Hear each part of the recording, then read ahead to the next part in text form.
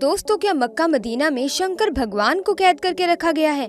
हिंदू क्यों नहीं जा सकते मक्का मदीना में? शताब्दी की स्पीड से फैलती एक न्यूज आजकल सोशल मीडिया पर काफी ज्यादा वायरल हो रही है। इसके मुताबिक ये कहा जाता है कि मक्का मदीना में शंकर भगवान को कैद करके रखा गया है और लोगों का ये सवाल है कि अगर ऐसा नहीं है तो फिर क्यों मुसलमानों की इतनी ज्यादा भीड़ उमड़ती है, लेकिन एक भी हिंदू देखने को नहीं मिलता। आखिर सच्चाई क्या है मक्का मदीना की? आखिर क्यों किसी भी हिंदू को मक्का मदीना के अंदर जाने नहीं दिया जाता? क्यों यहाँ किसी भी हिंदू को देखकर उसे बाहर से ही रवाना कर दिया जाता है? तो दोस्तों, आज की इस वीडियो में हम जानेंगे पूरी सच्चाई क्या है मक्का मदीना की, और मक्का मदीना में क्या सच में शंकर भगवान को कैद करके रखा हुआ है? अगर नहीं तो फिर क्या कनेक्शन है शंकर भगवान और मक्का मदीना का? पर उससे पहले अगर आप हमारे चैनल पर नए आए हैं तो हमारे चैनल को सब्सक्राइब जरूर कीजिएगा। दोस्तों, आप भी लंबे समय से इस न्यूज को सुनते आ रहे होंगे कि मुस्लिम जिस काबा को सबसे पवित्र जगह मानते हैं उसके अंदर शिवलिंग मौजूद है, और तो और जो मुस्लिम जिस जगह पर शैतान को पत्थर मारते हैं वे जगह कोई और नहीं बल्कि शिव जी है, जिसे सऊदी अरब के लोगों ने कैद करके रखा है, वे भी कई सालों से। और इन्हें लगता है कि अगर कोई हिंदू वहां जाकर उन पर पानी डालेगा या गंगा जल डालेगा तो वे आजाद हो जाएंगे। यही वजह है कि हिंदुओं को मक्का मदीना में जाने नहीं दिया जाता। दोस्तों, ये बात दिमाग हिला देने वाली है, पर इस दावे में कितनी सच्चाई है ये तो हम आपको बताएंगे ही। पर उससे पहले आपका ये जानना जरूरी है कि आखिर मक्का मदीना में मुस्लिमों के लिए इतना ज्यादा खास क्यों है? क्यों इसे मुसलमान जन्नत की तरह पूछते हैं? सऊदी अरब एक पूरा इस्लामिक देश है जहां पर इस्लाम धर्म को मान्यता दी जाती है। अगर सऊदी अरब में कोई हिंदू गलती से भी चला गया तो उसे सऊदी अरब में दफनाने तक की जगह नहीं मिलती। यहाँ पर पेट्रोलियम बहुत ही ज्यादा मात्रा में पाया जाता है, इसीलिए ये दुनिया भर के विकसित देशों में से एक है। सऊदी अरब की राजधानी रियाद है और यहाँ की करेंसी रियाल है, लेकिन यहाँ की राजधानी से भी ज्यादा प्रसिद्ध है यहाँ के दो शहर, एक है मक्का और दूसरा है मदीना। ये दोनों ही शहर सऊदी अरब में रहने वाले मुस्लिमों के लिए ही नहीं बल्कि पूरी दुनिया में रहने वाले मुसलमानों के लिए बहुत ज्यादा खास है। इसी वजह से यहाँ पर हर साल लाखों की संख्या में मुसलमान आते हैं।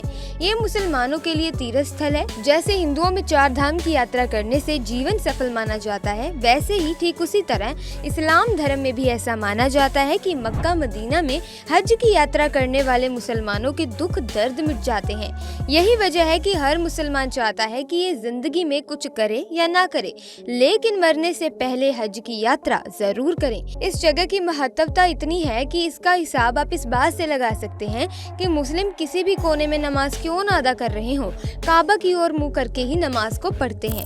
जैसे कि भारत में रहने वाले मुस्लिम पश्चिम की ओर मुंह करके नमाज पढ़ते हैं, क्योंकि हमारे देश से मक्का पश्चिम में स्थित है और मुस्लिम ये भी जानते हैं कि पश्चिम की ओर मुंह करके झूठ बोलना गुनाह है। दोस्तों, जब लोग हज की यात्रा करने के लिए जाते हैं तो काबा के चारों ओर चक्कर लगाते हैं, इसे तवाफ कहते हैं।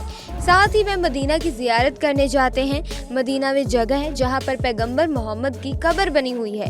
दोस्तों, मक्का मदीना के बारे में तो आप लोगों ने काफी कुछ जान लिया, लेकिन उन तस्वीरों का सच जानना भी आपके लिए बहुत ज्यादा जरूरी है जो आजकल सोशल मीडिया पर बहुत ज्यादा वायरल हो रही हैं। यहाँ तक कि कई सालों से लोग इस चीज पर विश्वास कर रहे हैं, पर हम आपको बता दें कि इंटरनेट पर वायरल हो रही ये बातें सिवाय अंधविश्वास के और कुछ भी नहीं है। अगर आप सच्चे हिंदू हैं तो ये बात मानते होंगे कि शिव जी की तीसरी आंख खुलती है तो प्रलय आ जाता है। तो भला आप इस बात पर किस तरह से यकीन कर सकते हैं कि कोई शिव जी को कैद करके रखेगा?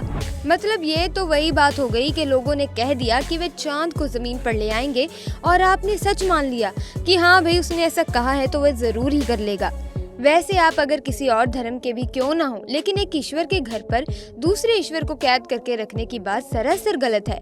मुसलमान धर्म के लोग भले ही इस तरह की चीजों को करना चाहें, लेकिन खुद अल्लाह उन्हें ये सब करने की मंजूरी नहीं देते, क्योंकि ईश्वर ने हम इंसानों को बांटा है। भगवान के लिए तो सब बराबर है। ऊपर से ये कहा जाता है कि मक्का मदीना में साधारण मनुष्य ने भगवान शिव को कैद किया है। आप खुद ही सोचिए, पूरी दुनिया का विनाश करने वाले भगवान शिव शंकर को भला कैसे कोई किसी चीज में कैद करके रख सकता है? साथ ही दोस्तों आपकी जानकारी के लिए बता दें कि हमारे हिंदू धर्म में भी कुछ ऐसे मंदिर हैं जहां पर गैर हिंदुओं का आना मना है। इन मंदिरों में सिर्फ हिंदू ही जा सकते हैं, जैसे कि उड़ीसा का जगन्नाथ मंदिर और काशी का विश्वनाथ मंदिर। अब कई लोग तो इस बात को नहीं मानते कि वहां पर शिव जी को कैद करके रखा गया है, लेकिन ये जरूर मानते हैं कि मक्का मदीना में शिवलिंग है। तो हम इस बात पर भी पुष्टि कर दें, दोस्तों ऐसा कुछ भी नहीं है। असल में मुसलमान जब हज यात्रा के लिए जाते हैं तो मक्का के पास स्थित एक इमारत में शैतान को पत्थर मारने की रस्म के साथ ही हज की यात्रा पूरी मानी जाती है। हालांकि शैतान को पत्थर मारने की रस्म पूरे 3 दिन की होती है, लेकिन ईद अल आधी यानी कि बकर ईद के पर्व पर इस रस्म की शुरुआत होने के कारण सभी हज यात्री इस मौके पर ही शैतान को पत्थर मारने की रस्म करने की हसरत रखते हैं। दोस्तों हज की यात्रा पर आए लोग 3 दिन यहाँ मौजूद इन 3 बड़े खम्भों को शैतान समझकर इनके ऊपर पत्थर मारते हैं और इस रस्म को करने के साथ ही हज की यात्रा पूरी हो जाती है। अब कई सारे हिंदुओं का यही कहना है कि यही खम्भे शिवलिंग हैं, इनके नीचे शिवलिंग स्थापित किए गए हैं। तो दोस्तों इस बात का सच कुछ और ही है।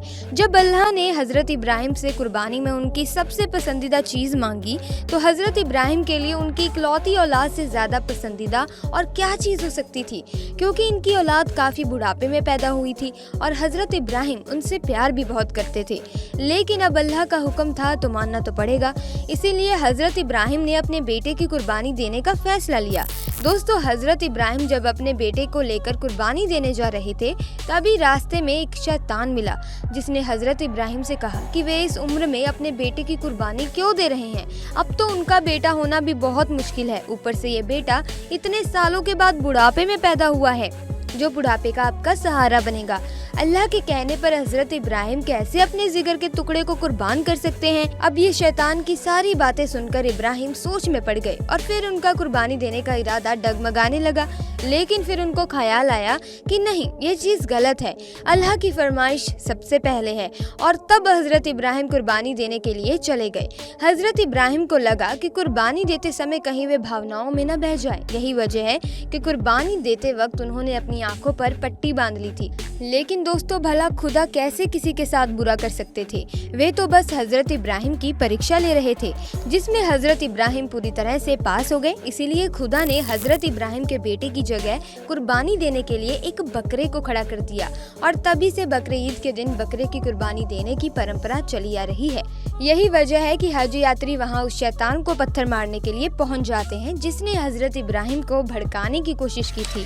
और इसी पत्थर मारने की रस्म के साथ वे खुदा से वादा भी करते हैं कि कोई भी शैतान उन्हें भड़का नहीं पाएगा, फिर चाहे वे शैतान बाहर की दुनिया का हो या फिर उनके मन में हो, फिर भी वे सच्चे मन से खुदा की इबादत करेंगे। दोस्तों यहाँ पर कोई शिवलिंग नहीं है, बल्कि जो 3 खंबे हैं वो शैतान का प्रतीक है, जिस पर पत्थरों की बरसात करके लोग अपने अंदर के शैतान को मारने की कोशिश करते हैं। ऐसे में कई लोगों के मन में ये सवाल आता है कि अगर ऐसा कुछ नहीं है तो वहाँ पर हिंदुओं को क्यों नहीं जाने दिया जाता। दोस्तों यहाँ पर सबसे पहली बात तो ये है कि हिंदुओं को ही नहीं बल्कि किसी भी गैर मुस्लिम धर्म, फिर चाहे वो हिंदू हो, सिख हो, ईसाई हो, बौद्ध हो या कोई भी हो, अगर वे मुसलमान नहीं है तो उसे काबा के अंदर प्रवेश नहीं दिया जाएगा। क्योंकि ऐसा माना जाता है कि अगर कोई मुसलमान नहीं है तो जाहिर सी बात है वे सच्चे दिल से अल्लाह पर विश्वास नहीं करता, और जो सच्चे दिल से अल्लाह पर विश्वास नहीं करता उसे काबा के अंदर प्रवेश करने की इजाजत नहीं है। यहाँ सिर्फ उन्हीं लोगों को अंदर आने दिया जाता है जो बिल्कुल पवित्र मन से अल्लाह को अपना मानते हैं। अब दोस्तों आप इसे अपने तरीके से समझिए कि जैसे आपका घर है और कोई आपकी इज्जत ना करे तो क्या आप उसे अपने घर में आने देंगे? नहीं ना, आप ही चाहेंगे कि जो भी आपके घर में आए कम से कम आपका सम्मान तो करे। और ठीक ऐसा ही है, यहाँ के लोग भी चाहते हैं कि जो कोई भी काबा में प्रवेश करे अल्लाह को सच्चे दिल से याद करे। उसके लिए सबसे पहले अल्लाह होना चाहिए, बाकी सारी चीजें बाद में। हमें उम्मीद है दोस्तों कि आपको मक्का मदीना से जुड़ी ये सारी बातें अच्छी तरह से समझ आ गई होंगी।